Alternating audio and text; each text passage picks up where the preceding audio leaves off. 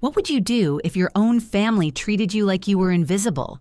If they celebrated your brother's every mediocre achievement while dismissing your hard-won success as a phase you'd grow out of, "Hi, I'm Vanessa Powell. I'm 38 years old and the founder of Nexus Technologies, a multi-million-dollar tech company I built from the ground up without a cent of family investment." And this is the story of how a seating chart at my brother's wedding exposed decades of favoritism, manipulation, and silence, and how I finally said enough. Before I take you into the storm, I'd love to know where you're watching from. Drop your location in the comments, and don't forget to like and subscribe if you've ever had to stand your ground alone. Because sometimes, family isn't the support system, it's the obstacle. Let's go back to where it all began. Growing up in Westfield, Connecticut, my brother Scott and I were thick as thieves. Only 2 years apart, we built forts in the backyard and sledded down Maple Hill in the winter until our cheeks turned red. We had matching lunches in elementary school, courtesy of our mom, Judith. Our dad, Robert, took us fishing every summer on Lake Champlain. Childhood felt equal, but that balance shattered slowly, subtly as we got older. When we entered high school, Scott followed Dad's legacy into football, becoming the starting quarterback. I, on the other hand, joined the debate team and spent weekends coding clunky websites in my bedroom. Guess which one got the applause? My parents never missed a game. They'd show up in matching Powell construction jackets, screaming Scott's name from the bleachers. Meanwhile, my science fair ribbons and debate trophies gathered dust in my room. Sometimes they'd forget to show up entirely. "Business and sports build character," my dad would say with a proud slap on Scott's back. "All that computer stuff, it's just a hobby, Vanessa. You'll grow out of it." Spoiler, I didn't.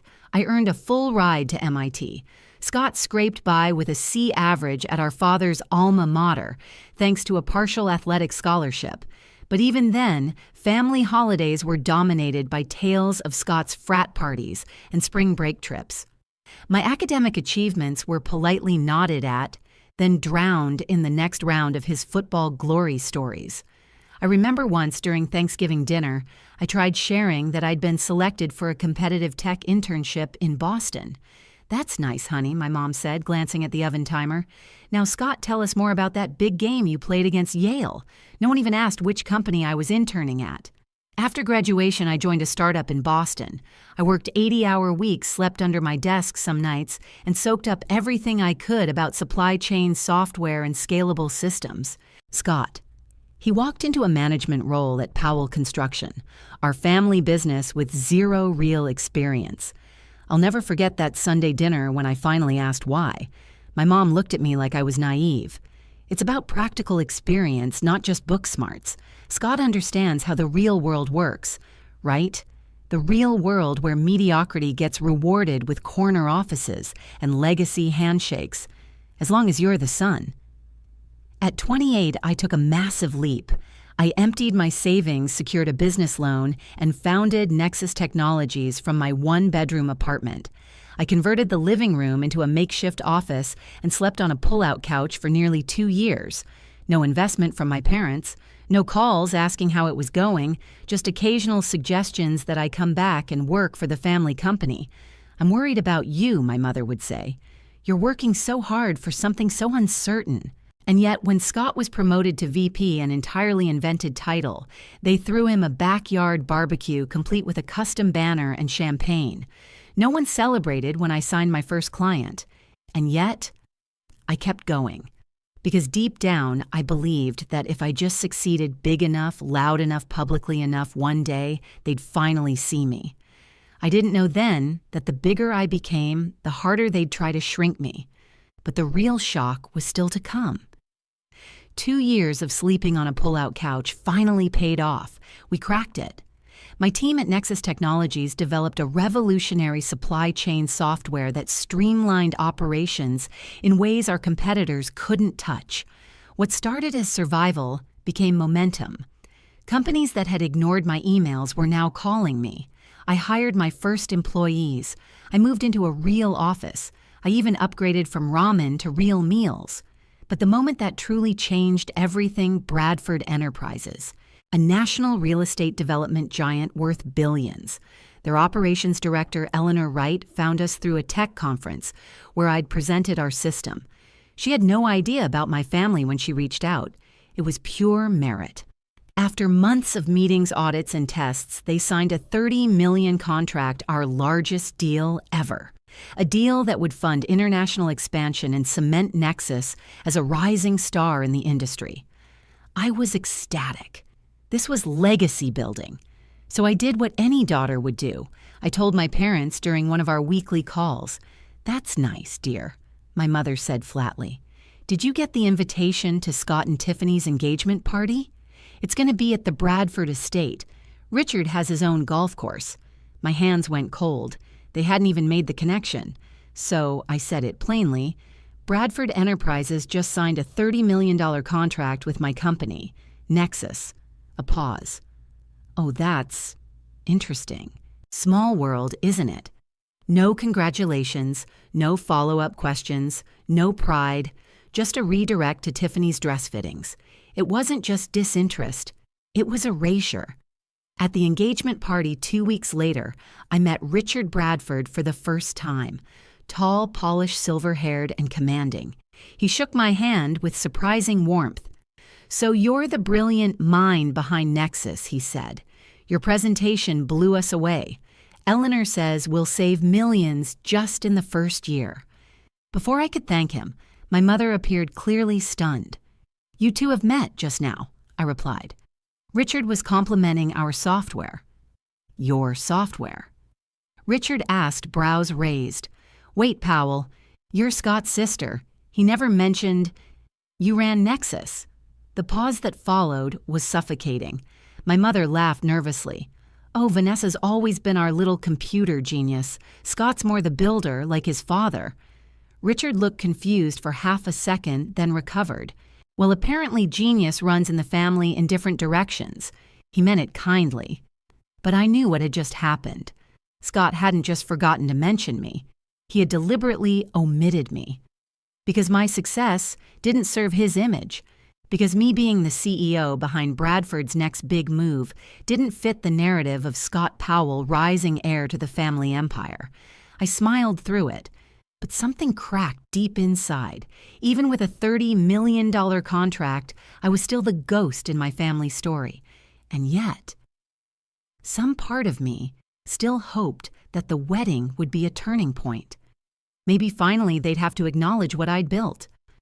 I poured my energy into selecting the perfect outfit, a tailored navy dress that exuded elegance and control.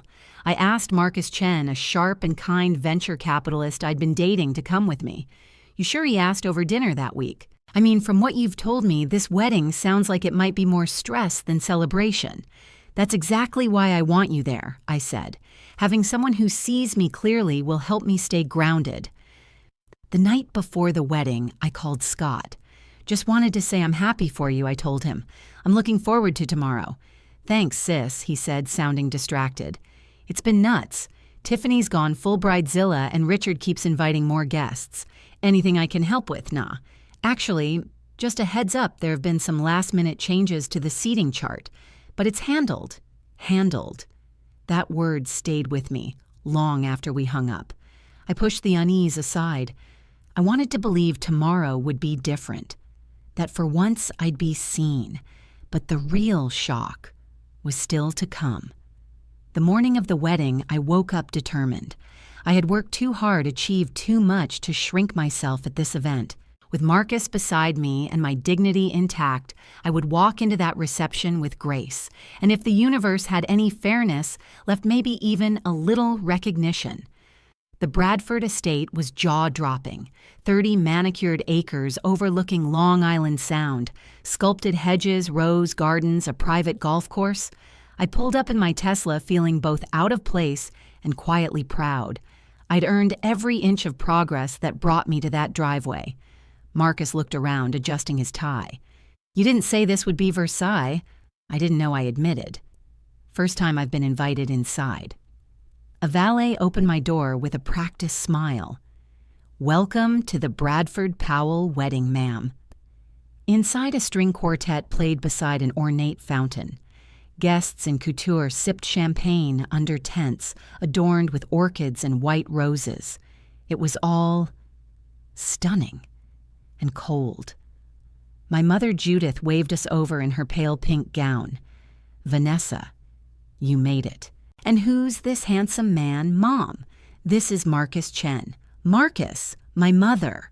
She shook his hand, eyes flicking over his suit, then looked back at me. "Your father's by the bar with Richard and some of the investors. You should say hello." She turned before I could respond, assuming we'd follow.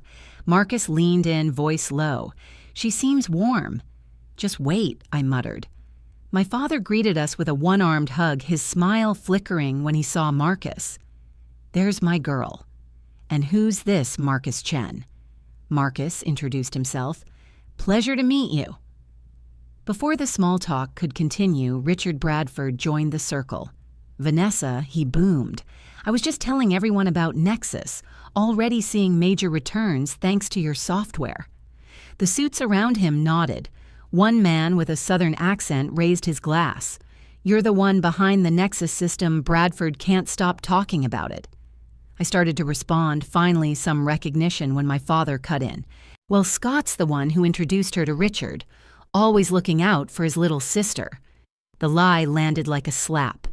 I stared at him stunned, but before I could speak, a hush fell as the bride approached.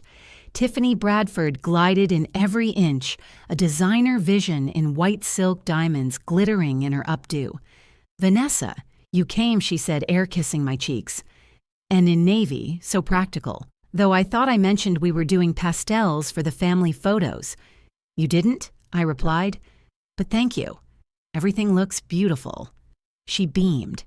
Daddy spared no expense. Then her eyes landed on Marcus. "And who might this be after introductions?" Her tone shifted suddenly sweeter. "Horizon Ventures, you say Daddy's mentioned your firm.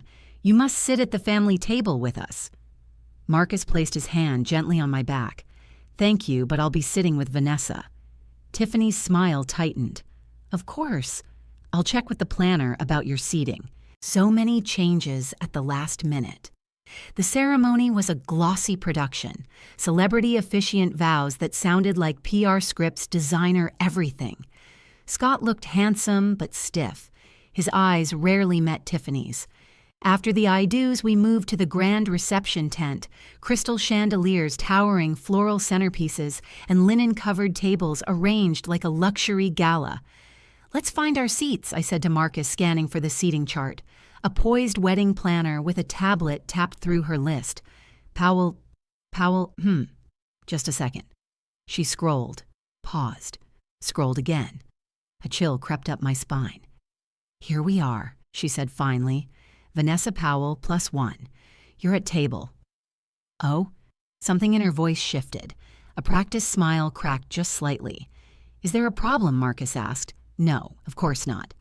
"If you'll follow me." But instead of leading us to the tent, she turned toward a side hallway away from the music and laughter. We walked down a corridor lined with staff coats and cleaning supplies. The sounds of clinking glasses and string music faded. She opened a door. Inside was the catering kitchen. Busy staff bustled past in black and white uniforms, and in the corner, tucked behind a prep table, sat a small folding table hastily covered with a white cloth. 2 mismatched chairs. No place cards. No candles. "You can't be serious," I said. "The bride made last-minute changes," the planner murmured.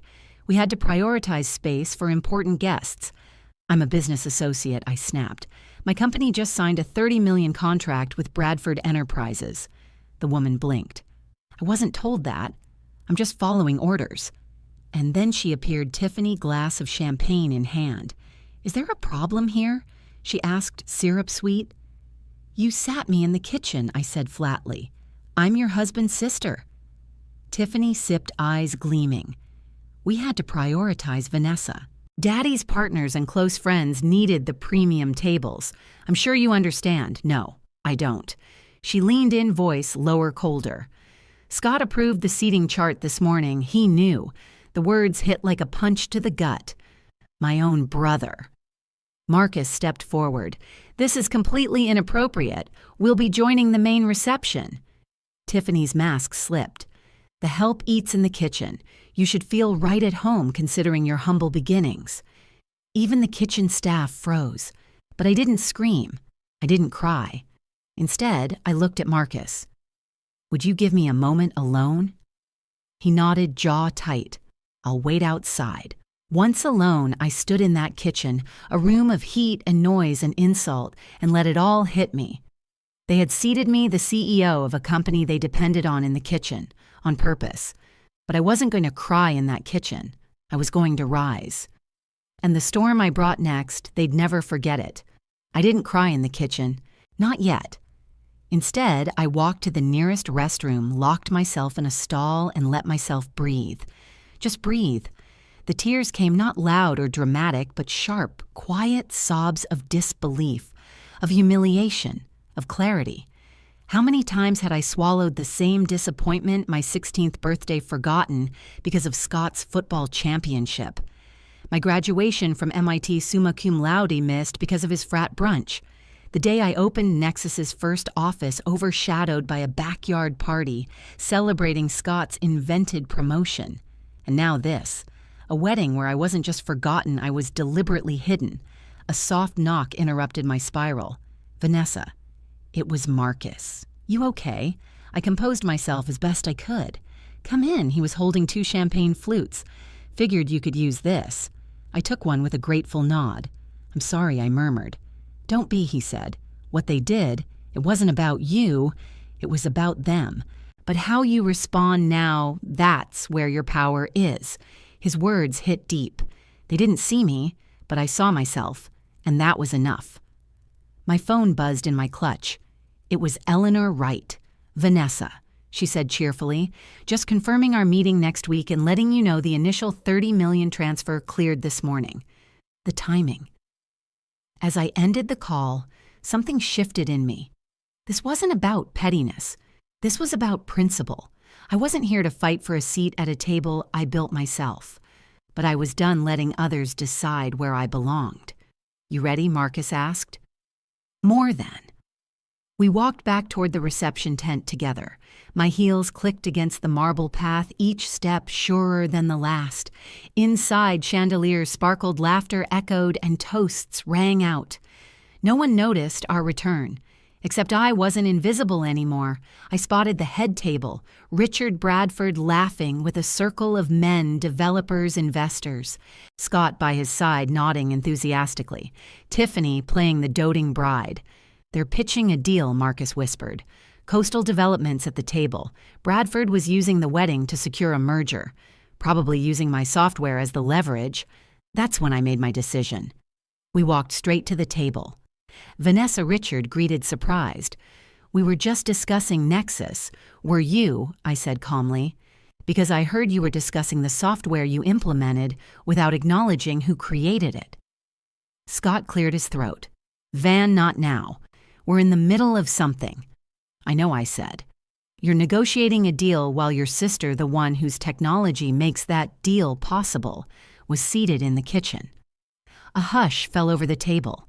Tiffany's smile froze. "There was a misunderstanding," she said flatly. "No?" I replied. There was a message, and I heard it loud and clear. Richard looked at Scott, confused. "Your sister runs Nexus. You never told me." Scott stammered. "I didn't think it mattered."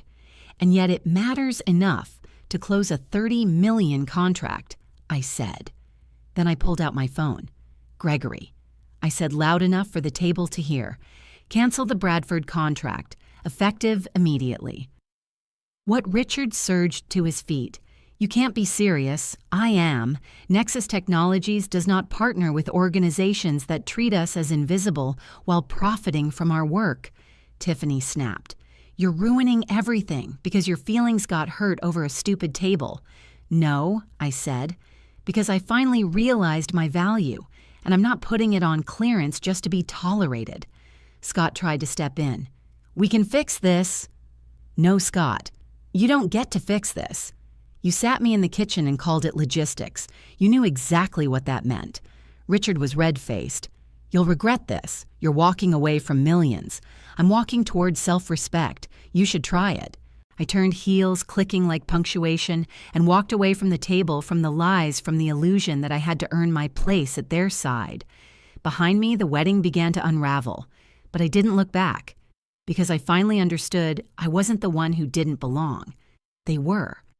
We hadn't even reached the valet stand before my phone started vibrating like it had a heartbeat of its own. 15 missed calls, 14 of them from family, one from Eleanor Wright. Marcus opened the passenger door as my Tesla pulled around. "You okay? I'm..." "Good," I said slowly. "Actually, I feel clearer than I have in years. I'd expected guilt, regret, maybe even panic. But what I felt was peace. The peace of no longer twisting myself into someone else's idea of who I should be." Then I saw him in my side mirror charging across the gravel. My father, Vanessa. "Stop right there, young lady." I sighed and rolled down the window. "Yes, Dad." He reached the car cheeks, flushed, breathing heavy. "What the hell do you think you're doing? Richard Bradford is livid. Scott's wedding is falling apart. Your mother is crying, and now you've put the entire family business in jeopardy." I kept my hands on the wheel, because I didn't want to eat in the kitchen. It was just a misunderstanding. "No, Dad. It was a message. One that's been sent my entire life." Marcus leaned forward. "Sir, with respect, Vanessa is the CEO of the company your family just alienated. That's not a misunderstanding. That's negligence." My father's jaw tightened. "And who are you exactly?" "He's with me," I said. "And he treats me with more respect than this entire family ever has. You're going to throw away a $30 million deal because of some wounded pride." I took a breath. "No. I'm ending a partnership with people who treat me like I don't exist unless it benefits them. There's a difference. Do you have any idea what you've done to your brother Richard was going to make him a partner?" Ah, there it was. The truth finally laid bare. It was never about me. It was about Scott. Always Scott. "Sorry if this hurts his deal," I said flatly. "But maybe he shouldn't build his success on someone else's silence."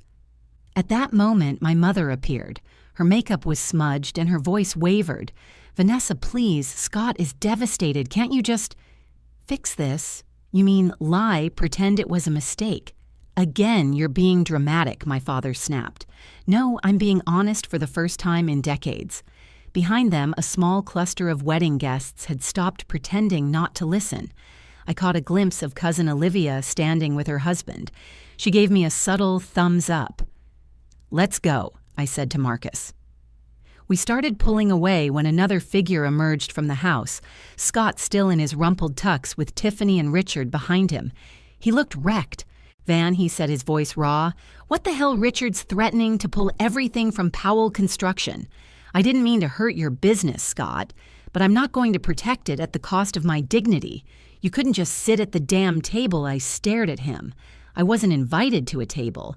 I was assigned a punishment. Tiffany shoved past him, eyes blazing. "You're jealous. That's what this is. You've always wanted what Scott has."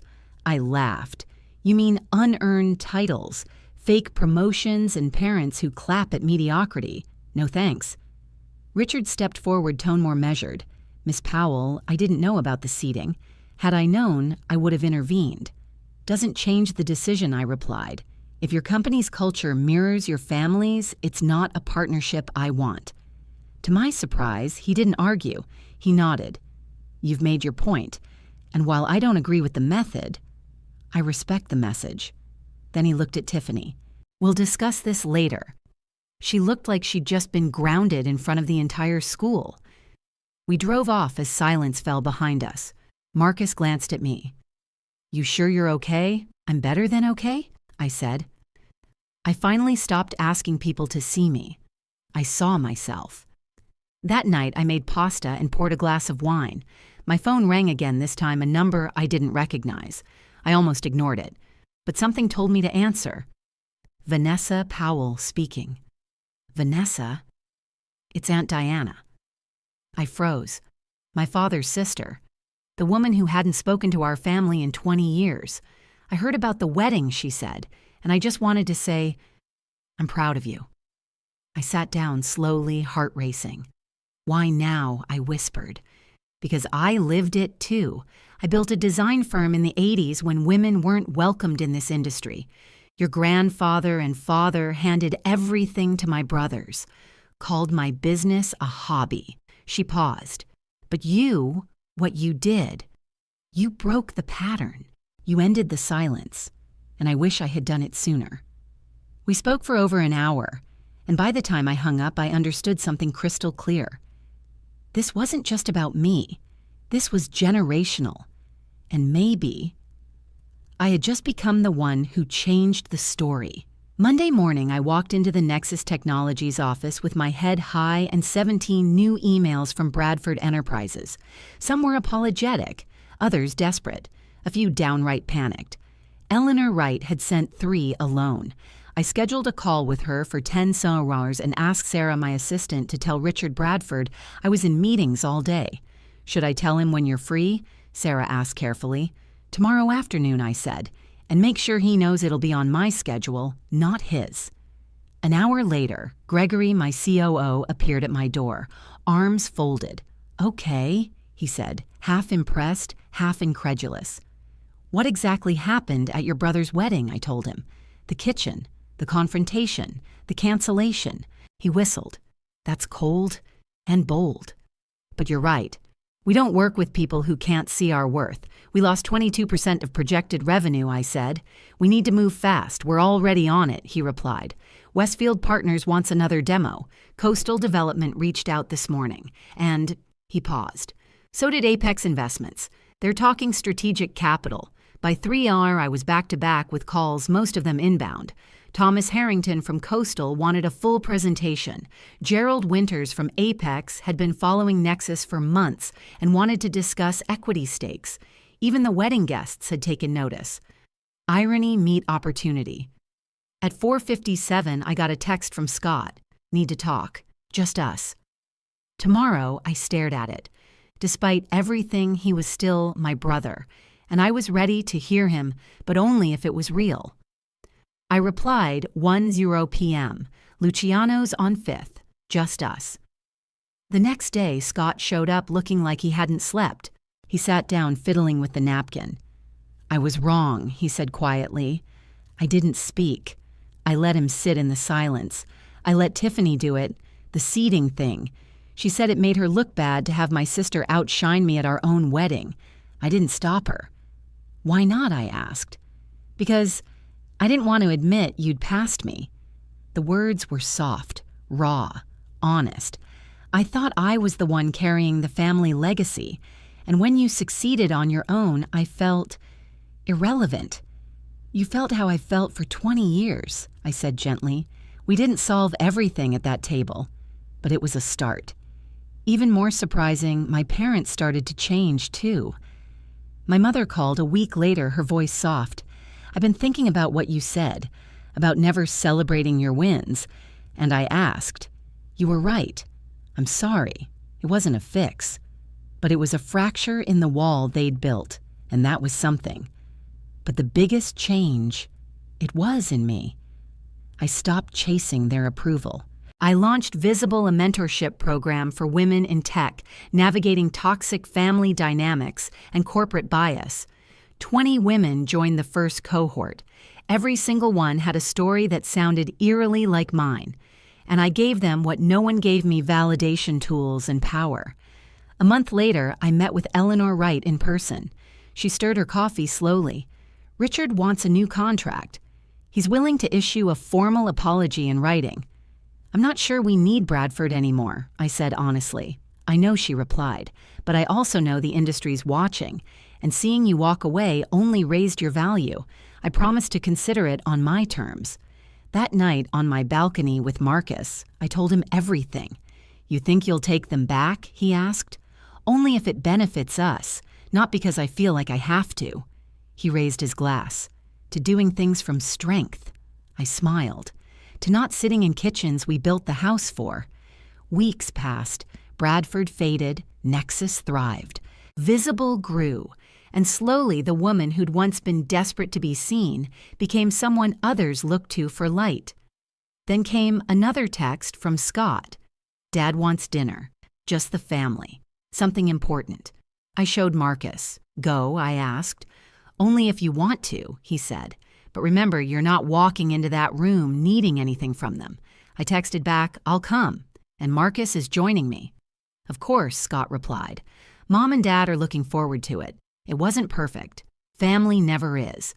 But for once, I was walking into that dinner not hoping to be accepted, but knowing exactly who I was. And that made all the difference. Because in the end, this story wasn't about a wedding or a contract or even a chair at the table.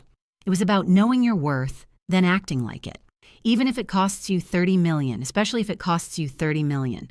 So I'll ask you this. Have you ever been overlooked by the people who were supposed to see you? Have you ever had to walk away from a place that couldn't recognize your value? Drop your story in the comments. Let's remind each other that visibility starts within. Don't forget to like this video, subscribe for more stories of courage, and share this with someone who needs the reminder you deserve a seat at the table. And if they won't give it to you, build your own.